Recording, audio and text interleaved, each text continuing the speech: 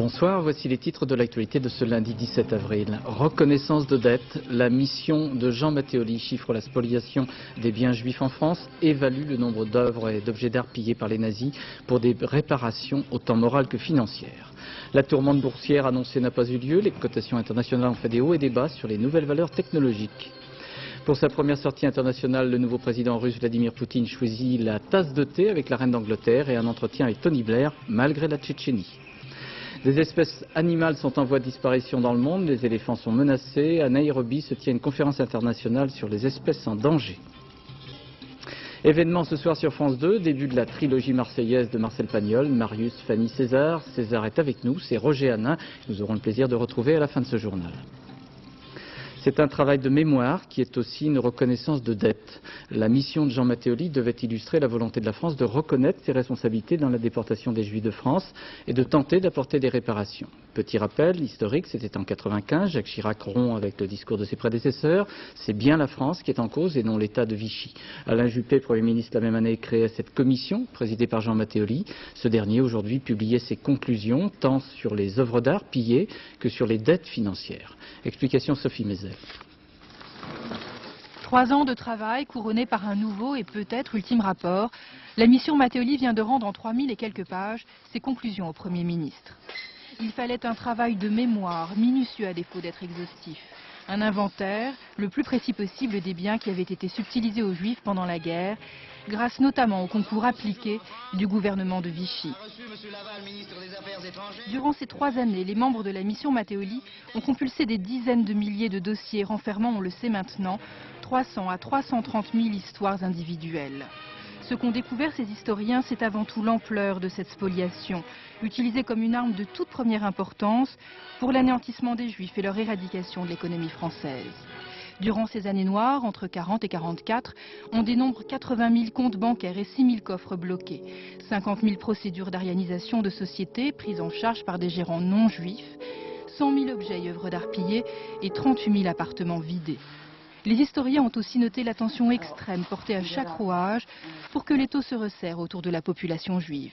Comment au guichet de la banque on va reconnaître un juif? Comment pratiquement? Qu'est-ce qui est écrit dans la circulaire que le guichetier va recevoir? Et ça, c'est parfois très impressionnant. La mission Matteoli a aussi permis de déterminer l'importance des restitutions.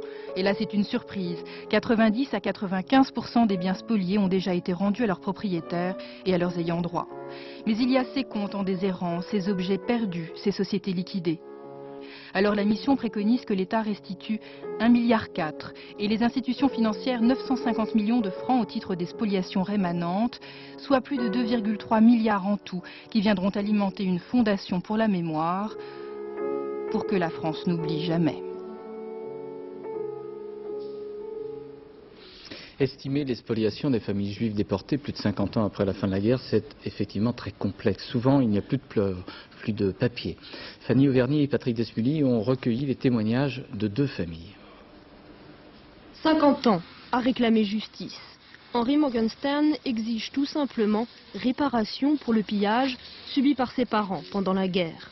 Dorothée, sa mère, et Léopold, son père, fuient en 1930 l'Ukraine et ses pogroms. Un salon de coiffure à Belleville, 3 beaux enfants, ils crurent quelque temps avoir enfin trouvé leur terre promise. Mais en 1943, le malheur, à nouveau. Arrêté par des policiers français, Léopold va mourir de faim en 1945, à Dachau. Et ce sont encore des Français au service de l'occupant qui liquident les meubles, tous les petits trésors des années heureuses. À la Libération, les rescapés n'obtiennent aucune indemnisation. Tout a été demandé par ma mère après la guerre. Elle a fait des demandes sur papier timbré, à l'époque où n'existait pas la photocopieuse, elle a tout recopié, même les tampons, elle a fait valider tout ça à la mairie, tous les documents figurent ici, et malgré ces demandes, elle a été éconduite et n'a jamais reçu le moindre centime de cet argent qui pourtant a été versé et conservé actuellement à la Caisse des dépôts et consignations. Alors, Henri archive les papiers officiels, les photos, pour constituer un véritable dossier de preuves. Ce document de la Caisse des dépôts et consignations date de 1945. C'est la preuve qu'un peu d'argent de la famille Morgenstern, la somme de 4 500 francs, y est consignée. Grâce à cela, Henri espère enfin toucher l'héritage qui lui est dû. Paul Orlansky, lui, est déjà fixé. Dossier incomplet. Il sait qu'il ne touchera rien et continuera à vivre du RMI. Moi, la commission de règle, je demande une aide financière, un remboursement de mes parents. Voilà. La morale, j'ai pas tellement de morale de l'État français, mais j'ai vraiment une réparation financière. 4 500 familles attendent que leurs droits soient reconnus. Une réparation bien dérisoire au regard de tant de souffrances, le moyen pourtant de sauver au moins le souvenir des victimes disparues. Dans la lutte anti-dopage, le travail judiciaire continue dans la région Languedoc-Roussillon. Il s'agit pour le juge d'instruction de Perpignan de remonter une filière de distribution de stupéfiants dans les milieux cyclistes, amateurs ou d'anciens professionnels. Aujourd'hui, de nouvelles interpellations ont été opérées dans les milieux pharmaciens. Voyez le reportage à Béziers et à Agde d'Olivier Galzi, Karine Comazzi et Thierry Breton. Et de 18e interpellation pour les gendarmes des Pyrénées-Orientales dans une affaire de dopage qui prend décidément une ampleur inattendue. Cette fois, il s'agit d'un pharmacien de l'Hérault, soupçonné d'avoir fourni des cyclistes en produits dopants. Il a été placé en garde à vue. À quelques kilomètres de là, autre pharmacie, même soupçon, même scénario. Cette fois-ci, nous sommes à Agde. Qu'est-ce qu'il y a dans ces paquets, monsieur? Des ordonnanciers, monsieur. Des ordonnanciers informatiques. Voilà. Qui informent sur quoi, en l'occurrence? Pardon? Qui informent sur quoi, là, en l'occurrence? Tous les médicaments qui sont sortis de la pharmacie. Les cartons ont donc été saisis et leur propriétaire conduit à la gendarmerie. Motif, ce pharmacien aurait peut-être fourni des corticoïdes à un coureur amateur, Christophe Nola. Car Nola, pris en flagrant délit de dopage il y a 2 semaines, parle beaucoup depuis son arrestation. C'est lui qui aurait permis aux enquêteurs de remonter une filière d'approvisionnement apparemment tenue par Thierry Laurent, un ancien pro de chez Festina. Affaire à suivre. Déjà 8 personnes placées sous les verrous, plus d'une quinzaine d'arrestations et vraisemblablement les enquêteurs ne devraient pas s'en tenir là. D'après nos informations, d'autres interpellations devraient avoir lieu en cours de semaine. Le but, faire la lumière dans le milieu du dopage où semblent se côtoyer indifféremment médecins, pharmaciens, sportifs professionnels et sportifs amateurs. Pour confirmer ce que vient de dire Olivier Galzi, une autre arrestation à Saint-Tropez vient d'être opérée dans cette affaire de dopage. C'est un ancien coureur amateur de la région Rhône-Alpes qui vient d'être interpellé. Une marche à la mémoire de Riyad Amlaoui s'est déroulée cet après-midi à Lille, à la mémoire de ce jeune homme de 25 ans, tué dans la nuit de samedi à dimanche par un policier au cours d'une interpellation. Le policier a été mis en examen pour homicide volontaire, ce qui est une qualification criminelle rarissime pour un policier. Celui-ci, âgé de 27 ans, a été écroué. À Lille, reportage Agnès Varamian avec Marianne Mass et Patrick Desmully. Ils étaient 150 hier dans la cité. 1 millier aujourd'hui venus de façon improvisée en centre-ville. Sur le parcours des policiers, les plus anciens de ceux qui défilent tentent d'éviter tout contact prolongé. Arrêtez, restez tranquille, au moins pour lui, il vous regarde, il n'aimait pas la violence, alors restez tranquille. La mise en examen, l'incarcération du policier qui a tué Riyad Amlaoui n'a pas calmé les esprits. Les autorités le savent. Aujourd'hui, le préfet a vu 2 fois la famille de Riyad. Il passe son temps à expliquer que la justice a été rapide et sévère.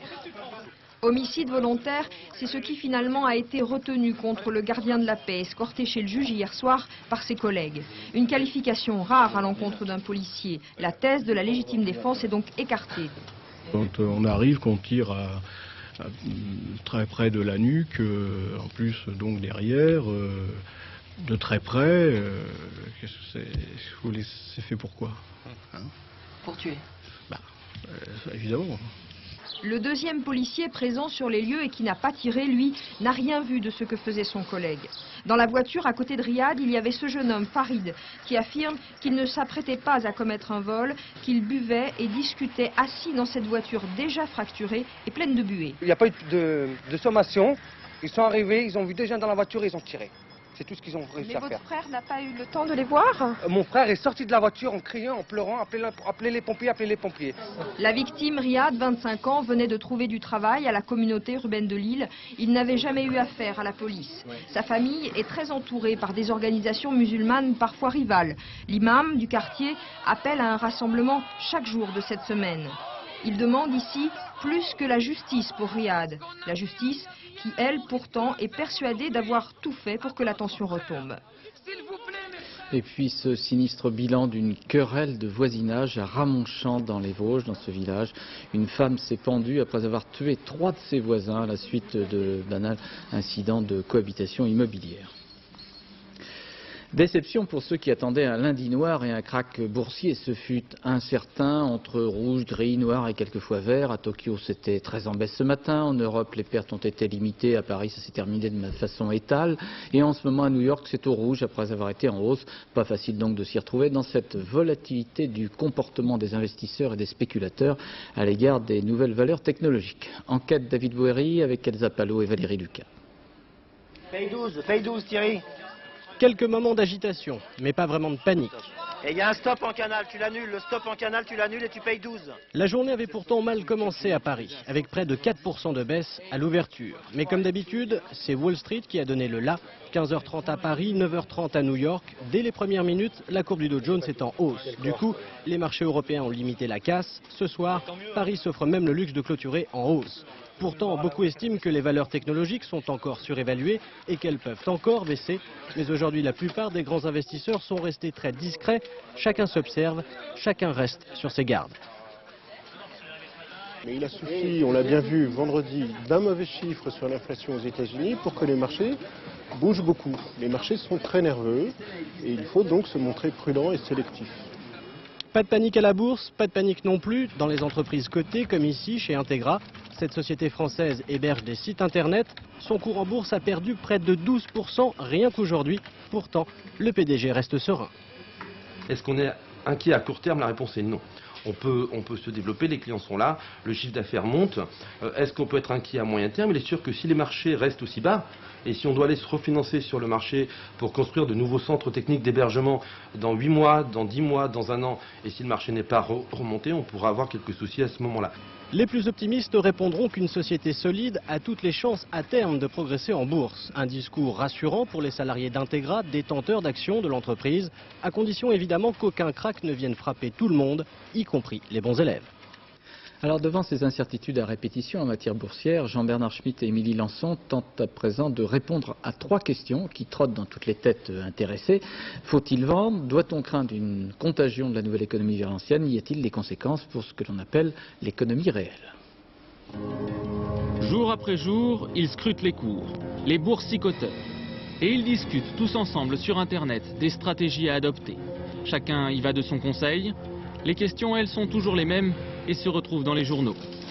Faut-il vendre? C'est la tentation dès que le marché flanche. Les investisseurs craignent pour leurs économies, mais selon les spécialistes, le maître mot du succès à la bourse est patience. Il y a beaucoup de spéculateurs qui prennent leurs bénéfices. Maintenant, au demeurant, pour les petits porteurs, il faut surtout ne pas vendre, parce que tant que vous n'avez pas vendu, vous n'avez pas perdu. Donc c'est pourquoi il faut garder le cap, rester serein, d'autant que la tendance sera haussière sur l'ensemble de l'année 2000. Internet a des sueurs froides. Qu'en est-il de l'ancienne économie? Pendant longtemps, les valeurs traditionnelles se pensaient indépendantes des entreprises technologiques. En fait, leurs sœurs sont liées, que la bourse monte ou baisse. La dichotomie, la nouvelle qui monte, la vieille qui baisse, c'est fini. Et la vieille, entre guillemets, va se rajeunir, va se renforcer et va gagner. Et donc c'est ça qui, d'une certaine manière, va soutenir et la croissance et les bourses. Quelles conséquences pour l'économie réelle, celle dans laquelle nous vivons, loin des ordinateurs et des marchés financiers? Car le risque, c'est que les soubresauts de la bourse finissent par peser sur les entreprises et donc sur la croissance. À moyen terme, l'économie se renforce, elle ira bien, elle a un hockey, elle est en train de purger certains excès, mais globalement, ça va mieux aujourd'hui qu'il y a 5 ans. Est-ce de l'auto-persuasion? Malgré les sautes d'humeur des marchés, les spécialistes affichent un optimisme résolu. Encore faut-il convaincre les millions de petits actionnaires. Voilà, et sur cette actualité, je vous recommande ce livre aux éditions Albin Michel, un livre à contre-courant de Philippe Labarde et Bernard Marie. Ça s'appelle La Bourse ou la Ville, la grande manipulation des petits actionnaires aux éditions Albin Michel. Les pays riches, les pays pauvres, le Fonds monétaire international et la Banque mondiale doivent être plus transparents et engager des fonds beaucoup plus importants, estimait aujourd'hui à Washington Laurent Fabius.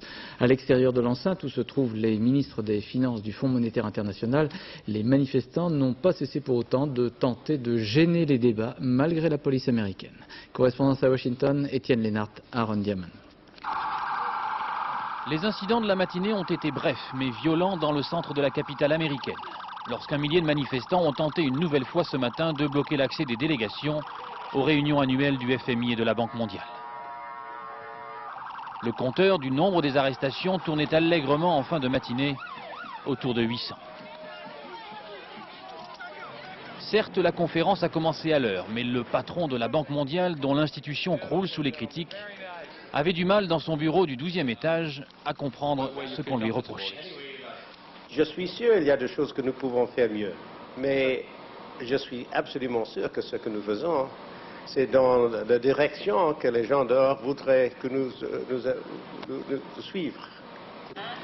Inlassablement, depuis 3 jours, les manifestants demandent des comptes sur les activités de ces institutions, sur la façon dont les décisions y sont prises, et ils émettent des doutes sur la destination de l'argent qu'elles distribuent.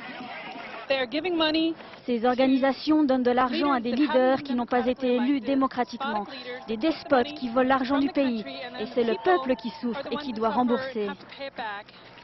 Face à ce déferlement de reproches, voilà donc les argentiers de la planète au pied du mur qui font mine de se demander s'ils ont péché par manque de pédagogie. C'est précisément avec ces pays que nous discutons. C'est avec les pays émergents, les pays en transition, les pays pauvres que nous discutons. Donc il me semble qu'il y a une sorte de malentendu. À l'heure du bilan, les organisateurs de ces manifestations se disent qu'au minimum, ils auront réussi à bousculer la traditionnelle routine de ces conférences et qu'au mieux, ils auront permis de faire prendre conscience aux dirigeants de ces institutions de la nécessité d'être beaucoup plus transparents dans les décisions qu'ils prennent. L'Angleterre fait bande à part au sein de l'Union européenne en recevant avec les honneurs et les honneurs d'une tasse de thé royale Vladimir Poutine, le nouveau président russe, malgré la Tchétchénie et les critiques de nombreux pays européens, dont la France, sur les atteintes aux droits de l'homme en territoire tchétchène. À Londres, compte rendu de cette visite controversée avec Benoît Duquesne et Sten Rosenlund. En face du 10 Downing Street, la résidence du Premier ministre, 200 ou 300 manifestants tout au plus. Ils sont là pour dire leur colère de voir Vladimir Poutine accueilli comme un chef d'État qu'il n'est pas encore, de voir autant d'égards apportés à un homme qu'ils appellent le boucher de Grozny. Il est venu là pour demander de l'aide financière, peut-être l'aide financière pour tuer encore des gens, pour financer son armée ou quelque chose comme ça, mais c'est pas normal, quoi. Pendant ce temps, de l'autre côté de la rue, la rencontre a bien commencé. Et pour cette première, depuis l'élection de Vladimir Poutine à la présidence russe, Tony Blair a déployé le tapis rouge. Officiellement, il ne s'agit que d'une visite de travail, mais côté protocole, on est bien plus proche de la visite d'État. Les entretiens vont durer 3 heures et lors de la conférence de presse qui s'ensuit, c'est bien sûr la question tchétchène qui revient en premier. À ceux qui reprochent à Tony Blair de faire cavalier seul en Europe, de jouer avec le feu en recevant Poutine, il répond ouverture et dialogue. Quant au président russe, il s'emporte quand un journaliste l'interroge sur les critiques européennes contre sa conduite de la guerre en Tchétchénie. Les Européens ont adopté une mauvaise attitude. Ils ne devraient pas réagir comme ça. Nous nous battons en Tchétchénie contre le terrorisme, pas contre l'islam. Il pourrait en coûter aux Européens de ne pas comprendre. Une colère que Vladimir Poutine aura tout le loisir d'apaiser en allant boire le thé à Windsor, chez la reine.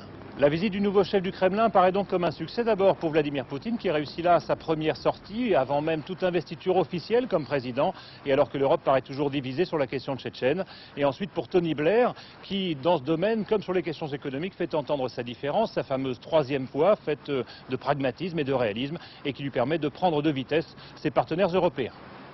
Et le président Bill Clinton vient d'annoncer qu'il irait à Moscou en visite officielle les 4 et 5 juin prochains. Et puis concernant la Tchétchénie, il faut rappeler ce que l'on oublie, à savoir qu'un Français, Brice Flotio, photographe indépendant, est toujours retenu en otage quelque part au sud de la Tchétchénie, et ce depuis le 1er octobre 1999. La Cour suprême de Russie confirme l'acquittement du militant antinucléaire russe Alexandre Nikitine, celui-ci, ancien capitaine de la marine. Il avait été arrêté en 1996 pour trahison parce qu'il avait fait état de rejet de déchets radioactifs et d'accidents de sous-marins nucléaires. Une défaite pour le chef du gouvernement italien Massimo D'Alema qui a présenté sa démission au président de la République. Les partis de gauche et de centre-gauche ont été battus aux élections régionales. La droite, conduite par Silvio Berlusconi, parfois alliée à des mouvements proches de l'extrême droite, a remporté 8 régions sur 15, dont Rome. Commentaire de nos correspondants à Rome, Isabelle Stès, Dominique Merlin. Silvio Berlusconi peut savourer sa victoire. Le chef de la droite italienne avait fait de ce scrutin régional un tremplin vers le pouvoir. Il demande ce soir des élections législatives anticipées. Fort de ses alliances électorales avec les néofascistes du MSI et la Ligue du Nord, proche de l'Autrichien Haider, sa coalition remporte 8 régions sur 15. Elle s'impose notamment dans le riche nord de l'Italie, Vénétie, Piémont, Lombardie et Ligurie. Mais la victoire la plus symbolique reste le Latium, dans la région de Rome. Ce fief traditionnel de la gauche tombe entre les mains de Francesco Storace, un ancien militant d'extrême droite. Face à une gauche défaite, c'est assurément ce soir le retour triomphal de Silvio Berlusconi sur la scène politique. Maintenant, c'est la déroute. La gauche a vraiment la nécessité de se réinventer, de reprendre les fils de 1996, quand les problèmes étaient la justice et la lutte contre la corruption et le fédéralisme. La gauche perd 4 régions. Une défaite sans appel pour Massimo D'Alema, premier ex-communiste à diriger depuis 1997 un gouvernement d'Europe occidentale. Pour la presse italienne, cette victoire de la droite est un véritable tremblement de terre qui devrait rejaillir inévitablement sur le gouvernement. Le président du Conseil, Massimo D'Alema, déjà contesté dans son propre camp, doit faire le point sur la situation politique ce soir avec le président de la République, Carlo Ciampi, qui pourrait lui demander de vérifier s'il conserve toujours la majorité au Parlement. Et à sa sortie de sa rencontre avec le président italien M. Ciampi, M. D'Alema a fait savoir que le président refusait sa démission, mais qu'il irait devant le Parlement. En Iran, les réformistes s'indignent car le Conseil des gardiens de la Révolution, chargé de la supervision des élections, vient d'annuler plusieurs résultats des législatives de février dernier. Annulation bien sûr au détriment d'élus réformistes, mais la majorité progressiste n'est pour l'instant pas remise en cause à Téhéran. À New York, à l'ONU, l'ambassadeur d'Israël a précisé cet après-midi que toutes les forces israéliennes auront bien quitté le Liban Sud d'ici le 7 juillet. Ce retrait se ferait en une seule phase, a ajouté l'ambassadeur Yehuda Lankri. La première visite officielle en France du président de l'Union indienne, M. Narayanan, qui est âgé de 80 ans et chef de la Fédération indienne depuis juillet 1997. La fonction de président, il faut le savoir, essentiellement honorifique en Inde, mais le parcours personnel de M. Narayanan, issu de la caste des plus pauvres, ce que l'on appelle les intouchables, illustre aussi les changements en Inde. À Paris, en politique, un an avant l'élection municipale, il se passe toujours quelque chose. Aujourd'hui, de retour du Québec, c'était Philippe Séguin qui connaissait les joies des rues et des trottoirs à la rencontre d'électeurs ou de militants susceptibles de lui permettre de devancer Jean Tibéry, Françoise de Fanafieux ou encore Édouard Balladur, ses amis du RPR. Reportage Laurent Hakim et Bernie Mériot. L'image d'Épinal lui colle décidément à la peau et pourtant Philippe Séguin, à 10 mètres d'un restaurant vosgien, fait campagne pour Paris dans le quartier de la Gare de l'Est. À peine rentré du Québec, il s'inquiète de la pollution provoquée par des locomotives. Il a appelé la Diesel Valley de la Gare de l'Est jusqu'à, disons, en banlieue. Car Philippe Séguin a choisi apparemment d'en faire un thème de sa campagne municipale. Vous avez l'exemple type de ce que doit être un maire. Un maire n'a pas seulement à travailler dans le secteur de ses compétences. Dès le week-end dernier, les séguinistes ont ouvert la campagne sur les marchés, parfois dans la confusion. Jean de Gaulle semble pressé et ne s'attarde pas près des étalages. Les militants séguinistes s'affichent à côté de la presse communiste et sont un peu perdus dans leurs convictions. Balladur, c'est un homme beaucoup plus sérieux. Peut-être certains m'ont dit qu'il était hautain, moi je ne trouve pas qu'il est hautain. Vous allez distribuer pour lui un peu aussi, alors? Pour qui? Pour Balladur? Ah, s'il le faut, oui. Dans un autre quartier, Claude Annick Tissot arpente le pavé. Cette ancienne fidèle de Jean Tibéry a rallié Philippe Séguin et s'inquiète de la confusion de cette campagne municipale. Aller aux élections avec diverses listes aux prochaines élections municipales de la majorité, je pense que c'est tout à fait de la folie furieuse. Je dis franchement, c'est de la folie furieuse. Philippe Séguin était ce matin l'absent remarqué d'une messe à la mémoire du président Pompidou. Mais Jacques Chirac, lui, veillait discrètement sur une famille RPR qu'il sera peut-être difficile de rassembler derrière l'un ou l'autre de ses candidats. Finalement, le ministre de l'Éducation, Jack Lang, a retrouvé le chemin de Blois et de sa mairie. Il sera bien candidat l'année prochaine pour rester à ce poste. Et puis à Marseille, les socialistes ont choisi leur porte-drapeau pour la candidature à la mairie. Ce sera le député Marius Mas. À Nice, les postiers en grève refusent toujours de reprendre le travail après avoir rejeté un nouveau compromis qui a été présenté par les syndicalistes, mais il a été brûlé. Ce sont les samedis qui posent problème dans la nouvelle organisation de réduction du temps de travail à la Poste de Nice. La grève en est maintenant à sa 5e semaine. Un nouveau décès par méningite a été décelé. Il est survenu dans l'entourage de pèlerins revenant de la Mecque. Au total, 13 cas sont maintenant dénombrés en France, dont 4 décès, 3 adultes et un enfant. Un drame, un terrible drame à l'aéroport international de Kinshasa en République démocratique du Congo. 109 personnes au moins ont été tuées dans l'explosion d'une cargaison de munitions. Il y aurait 258 blessés. Un incendie est à l'origine de cette explosion. Plusieurs compagnies internationales ont aussitôt suspendu leur vol pour Kinshasa. À Nairobi, au Kenya, depuis plus d'une semaine, une conférence internationale sur les espèces animales en voie de disparition tente de mettre en place les moyens d'éviter l'élimination des rhinocéros, des tigres ou encore des éléphants. Un moratoire sur la vente d'ivoire a été conclu, mais les trafics d'ivoire et donc de tuerie d'éléphants seront bien difficiles à combattre. Explication Pierre-Emmanuel Luneau et Nathalie Gallet. Une espèce sur la défensive. L'éléphant d'Afrique et son ivoire si convoité. Depuis une semaine, le congrès sur le commerce international des espèces menacées est dominé par la question de la vente de cet or blanc. Les organisations de défense de la nature s'opposent à tout assouplissement de la législation. Depuis 1997, en effet, 3 pays africains sont exceptionnellement autorisés à vendre leur stock d'ivoire. Le Zimbabwe, le Botswana et la Namibie. Actuellement, nous n'avons pas les garanties que des systèmes de contrôle soient opérationnels et efficaces. Tant que nous n'aurons pas cette garantie, il serait dangereux d'encourager une reprise de l'ivoire, puisqu'effectivement il pourrait être alimenté par de l'ivoire illégal. De fait, depuis la reprise de ce commerce, certains organismes annoncent plus de 30 000 éléphants braconnés, soit près de 10% de la population totale des éléphants d'Afrique. Une production de plus en plus importante donc, et destinée en grande partie au marché asiatique. Mais cet animal vedette ne doit pas faire oublier les autres espèces menacées dans le monde. Recherché pour sa corne, le rhinocéros est en grand danger, il n'en reste que 10 000.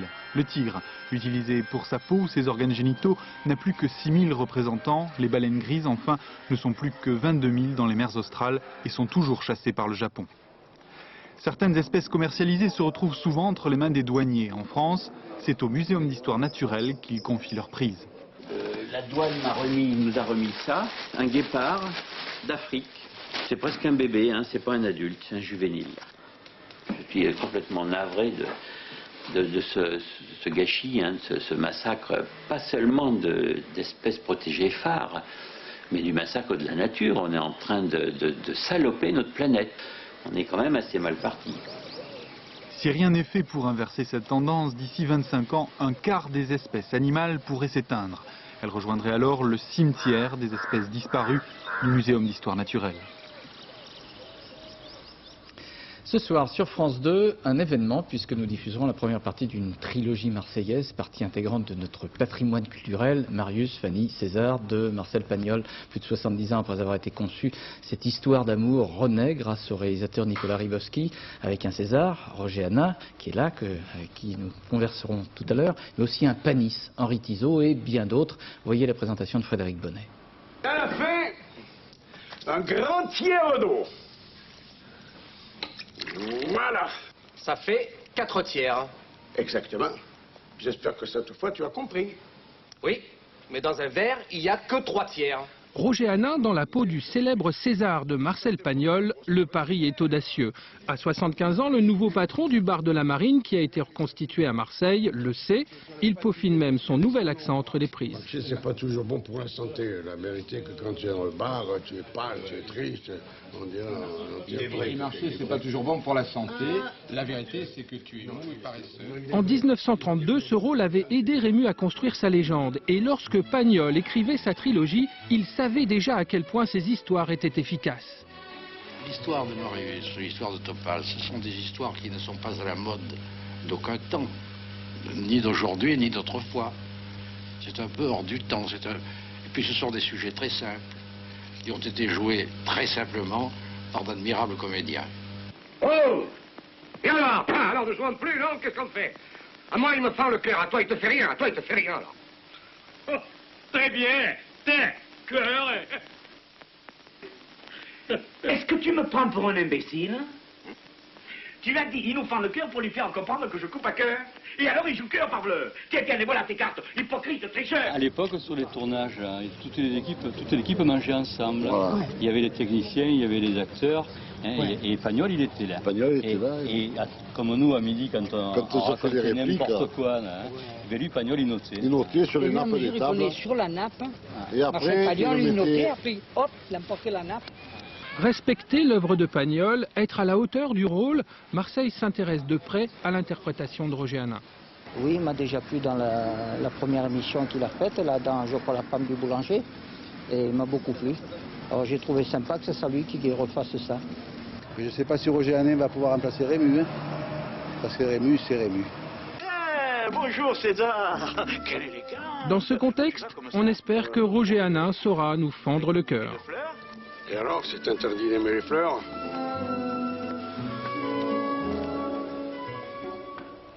Bonsoir Roger Hanin. Bonsoir. Je confirme, vous fendez bien le cœur. Alors c'est vrai qu'aborder une œuvre comme ça, notre patrimoine, je disais tout à l'heure, on l'aborde comment? Avec prudence ou avec fougue? Comment vous avez...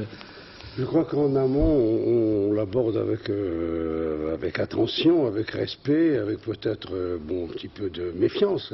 Mais quand on est dedans, il faut foncer. Vous savez, je crois qu'il faut parler de Pagnol.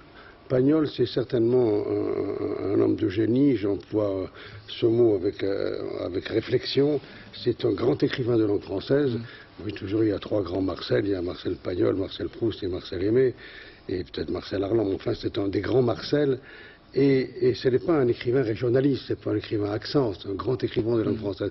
Et tout d'un coup, on me dit, Pagnol est mort. Ah bon, il est mort, pourquoi? Oui, il est mort, oui, non, je sais, mais il est mort. C'est-à-dire qu'après Rémy, on ne joue plus Pagnol. Oui, on arrête tout. On arrête tout. Alors je dis, c'est pas quand même, c'est impossible. Un acteur ne peut pas assassiner un auteur de l'ampleur de Pagnol. C'est comme si moi j'ai joué par exemple beaucoup Othello, et puis j'ai vu Othello joué par Wells, par Laurence Olivier, par Paul Robson, par Anthony Quinn. Bon, après Zidane... Comme si on jouait plus Molière, quoi. On jouerait plus Molière. Après Zidane et Platini, on jouerait plus au football. Bon, enfin, tout ça, ce sont des sottises. Donc il faut jouer. Et puis surtout, il faut faire en sorte que Pagnol continue à être joué. Parce que si on dit on ne joue plus Pagnol, parce que c'est horrible. Bon, et puis Pagnol a droit à la couleur, il a droit aux techniques modernes. Mais alors, vous diriez que ce que vous avez fait avec Nicolas Rubowski, c'est une création ou une recréation? Moi, je pense pas ce comme vous voulez. Je pense que c'est une création et une récréation. Une récréation, avec le plaisir de jouer. Oui. Alors, Christine Gouzerenal dit très joliment des choses dans le Parisien aujourd'hui sur vous. Alors, ça ne vous a pas surpris, que vous êtes infatigable, que vous êtes de plus en plus vous-même.